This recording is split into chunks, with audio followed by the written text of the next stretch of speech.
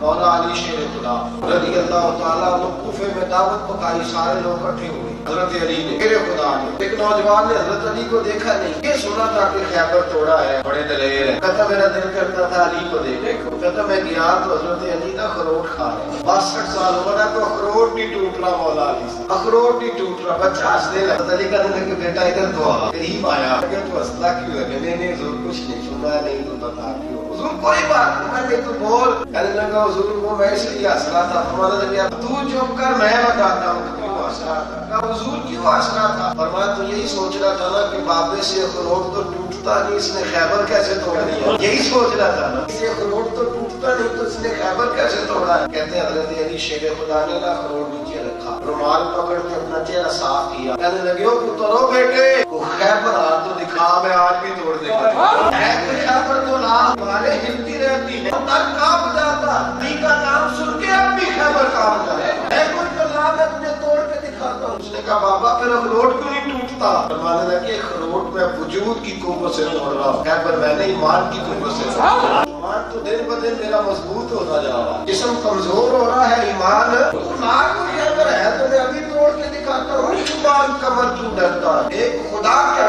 میرے دوست نبی کریم علیہ السلام نے عزم پیدا کیا، لوگوں حوصلہ پیدا پیدا گھبرائے نہیں، انہوں نے ہمتیں بڑھائی۔ سب سے زیادہ نام امت میں امام بخاری کا ہے۔ بخاری کیا ہے؟ صحب الکتاب بعد کتاب، اللہ کی کتاب کے بعد سب سے صحیح کتاب کا نام بخاری ہے۔ امام بخاری مدینے میں تھے تو مدینے کا گورنر پریشان ہو گیا، کہنے لگا سارے تو اس کے پیچھے لگ گئے، حکومت کو خطرہ نہ بن جائے۔ امام بخاری مدینے سے نکل سارا گئے تو بخاری کا امیر کہنے لگا میرے بیٹے کو گھر آ کے حدیث پڑھایا گیا، فرمانے لگے یہ نبی پاک کا دین ہے، میں اسے رسوا نہیں کر سکتا، سب غریبوں کے بچے بیٹھتے ہیں، تیرا بچہ بھی وہیں بیٹھے تھا، اس نے بخارا سے نکال دیا، گلی گلی کوچا کوچا، گلی گلی کوچا کوچا، یہ وہ امت کی بخاری، ہر آدمی کہتے ہیں نا بخاری شریف، لیکن امام بخاری کو رہنے کے لیے جگہ نہیں ملی، اپنے بخارا میں دفن ہونے کو زمین نہیں ملی، کہنے لگے اللہ تیری زمین بڑی ہے میرے لیے تانگ ہو گئی، میرے اوپر رحمت کی نظر فرما، یہ کہا تو امام بخاری کا انتقال ہو گیا۔ لیکن ایک جگہ بھی حوصلہ نہیں ہارے، شکوہ نہیں کیا، شکایت نہیں کی۔ امام احمد بن حنبل اس وقت جو حرم شریف کے امام ہیں وہ سارے امام احمد بن حنبل کی تقریر کرتے ہیں، اور یہ اتنا دلیر آدمی امام احمد بن حنبل اتنے بڑے فقیر تھے کہ غوث اعظم جیلانی بھی ان کے مقلد ہے، حضرت غوث پاک بھی ان کے مقلد ہے۔ حضور غوث پاک فرماتے ہیں میرا دل کیا کہ میں حضرت امام احمد بن حنبل کی تقریر چھوڑ کے تو امام اعظم کی تقریر کر لوں۔ کہتے ہیں رات کو حال میں روئے آتے خواب میں، امام احمد بن حنبل جو تھے وہ نبی پاک کی بارگاہ میں تھے،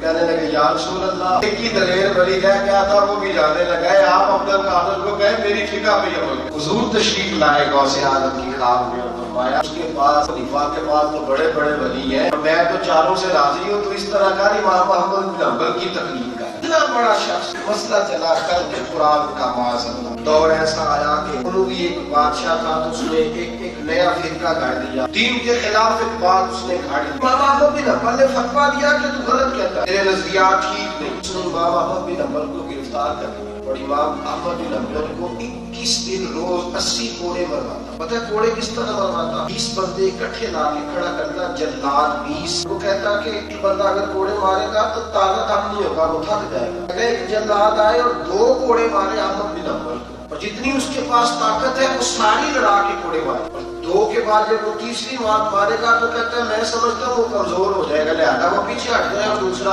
20 آدمی کوڑے مارتے تھے اور ایک صرف 2 کوڑے مارتا۔ امام احمد بن حنبل سے ان کے بیٹے کہنے لگے ابا جی پھر آپ نے ہمت کہاں سے پکڑتے؟ امام احمد بن حنبل کہنے لگے اللہ بغداد کے ڈاکو ابو الحسن پہ رحم کرے، اس نے میری ہمت بنائی، آپ نے ہمت بنائی۔ کہا حضور کس طرح؟ فرمانے لگے مجھے کوڑے لگ رہے تھے تو 7 والے زندان میں، 7 والی کوٹڑی میں ابو الحسن بغداد کا ڈاکو تھا، اس کو بھی کوڑے لگ رہے تھے، مجھے مار پڑنے لگی تو میرے پاس آ گیا، کہنے لگا احمد بن حنبل یاد رکھ میں ڈاکو ہوں، اور بادشاہ نے ہر تھانے میں ہر کوتوالے شہر کے پاس میرا نام درج کرا دیا، میں ڈاکہ مارتا ہوں، گرفتار ہوتا ہوں، مار کھاتا ہوں، یہ مجھے مارتے ہیں، سزا دیتے ہیں، میں باہر جا کے پھر ڈاکہ مارتا ہوں، پھر پکڑ کے سزا دیتے ہیں، میں پھر ڈاکہ مارتا ہوں، میری بری عادت ہے، میں کوڑے کھا کے آج تک بدلا نہیں، تو محمد عربی کے نام پہ جیل گیا، میں ڈاکو ہو کے نہیں اپنا وہ کام چھوڑ رہا، تو رسول اللہ کے لیے آیا ہے، یاد رکھنا کہیں ایسا نہ ہو ہو تیرے پیر لڑکھڑا جائے، کہیں ایسا نہ ہو تو کمزور پڑ جائے۔ محمد بن حنبل فرماتے اس نے میری ہمت بندائی، پھر میں کوڑے کھاتا تھا، اتنا عادی ہو گیا کہ مجھے خیال ہی نہیں آتا تھا کہ لاگ رہے ہیں کہ نہیں لاگ رہے۔ بادشاہ نے مجھے آزاد کر دیا، لگا جا تیرے تو پیچھے ہی کوئی نہیں آیا، جا بڑی مار کھا لی ہے تو سمانتی کوئی نہیں۔ بڑی اس نے باتیں کی، تمہارے نظر اٹھانے کا بادشاہ پتہ اس دن چلے گا جس دن تیرا جنازہ اٹھے گا، پھر میرا جنازہ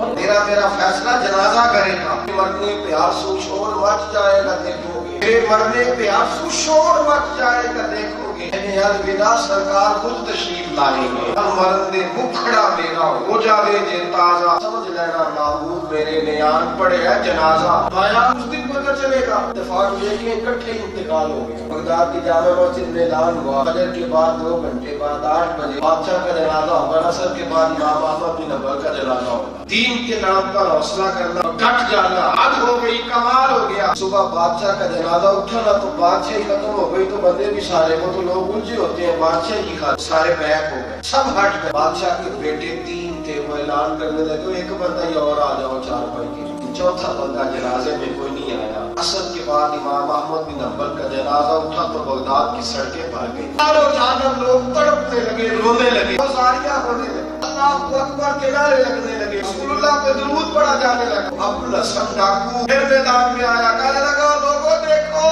جو دین کے نام پہ ڈٹ جاتا ہے اس کو اللہ کیا نوازتا ہے۔ فرمایا یہ سمجھتا تھا میں بادشاہ ہوں، جسموں کا بادشاہ تھا، جس کا 8 بجے جنازہ تھا، جس کا عصر کے بعد جنازہ اٹھا ہے، یہ روحوں کا بادشاہ ہے، دلوں کا بادشاہ ہے، یہ اندر تک اس کی محبت تھی۔ بھائی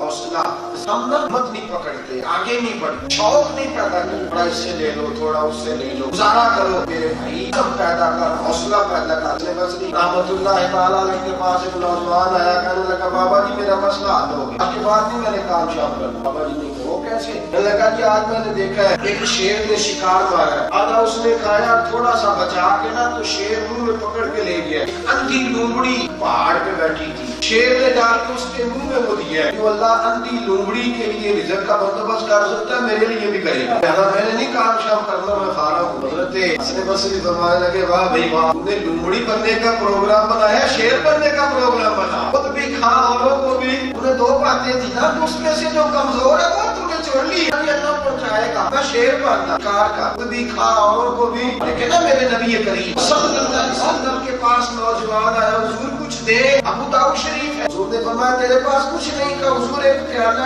کمبل ہے، فرمایا لے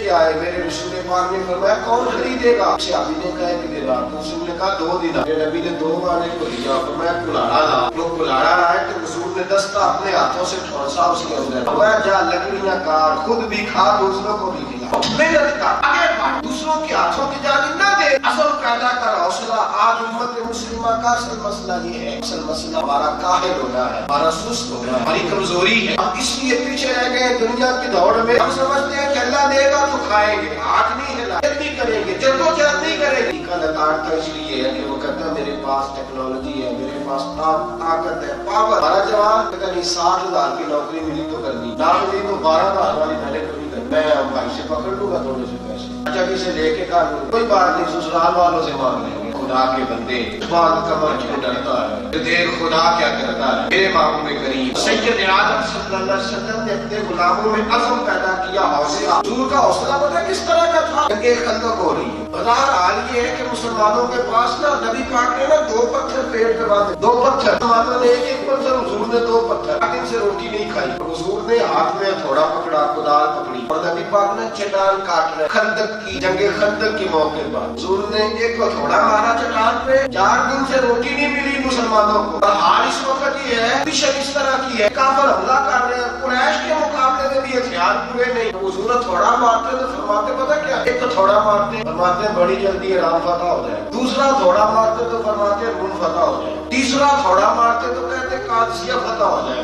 اس طرح نہیں سن رہے تھے جس طرح آپ سن رہے ہیں، نہیں سن رہے تھے۔ حضور کہتے تھے ایران فتح ہوگا تو اللہ اکبر کا، نبی پاک فرماتے شام فتح ہوگا تو اللہ اکبر، نبی پاک فرماتے تم دیکھنا قادسیہ فتح ہوگا وہ اللہ اکبر۔ ایک بندہ نیا تھا، وہ کہنے لگا یار فتح تو بھی مکہ بھی نہیں ہوا،